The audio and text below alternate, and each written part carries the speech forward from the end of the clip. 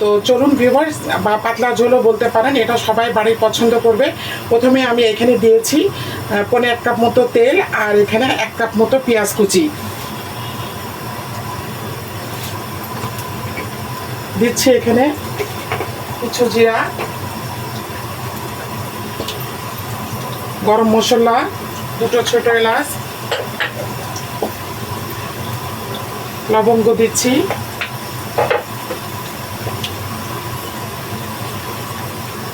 দিচ্ছি গোলমরিচের গুঁড়া। আমি এখানে মুরগি এবং আলুটা ভেজে নিব। মুরগিটা দিয়ে দিচ্ছি আমি।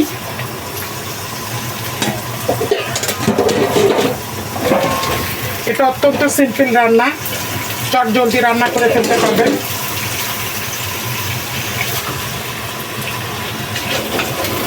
দিচ্ছি পর্যায়ক্রমে।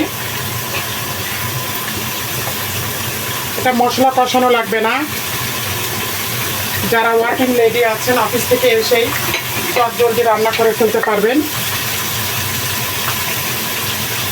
ভাজার সাথে মশলাটা কষা হয়ে যাবে। মরিচের গুঁড়া দিলাম আমি 1 চা চামচ,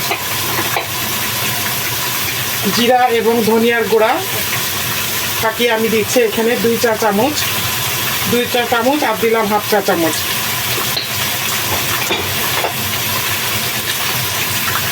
খুব সুন্দর করে আগে ভেজে নিব।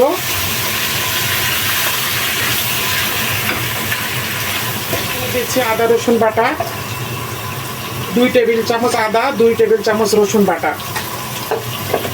এখন আমি দিচ্ছি লবণ পরিমাণ মতো,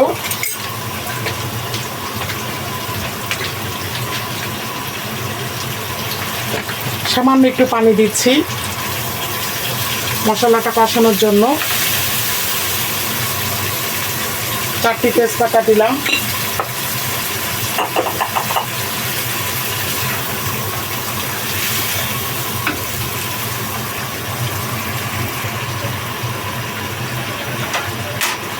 আমি ঢেকে দিচ্ছি। আমি এখানে দিচ্ছি গরম মশলার গুঁড়ি 1 চা চামচ। এটা আপনারা পরেও দিতে পারেন, আগে দিলে ভালো হয়, নাহলে পরে একটা স্মেল আসে। দিচ্ছি ভাজা জিরার গুঁড়া। মাংসটা কষে গিয়েছে, আমি এখন ঝোলের পানিটা দিব। মশলা মোটামুটি সব দেওয়া হয়ে গিয়েছে। ভালো লাগলে একটি লাইক দিবেন। আমি ঝোলের পানি দিয়ে দিচ্ছি। এখন আমি ঢেকে দিব। আমি এখানে দিয়ে দিচ্ছি একটু চিনি। তৈরি হয়ে গিয়েছে ভিউয়ার্স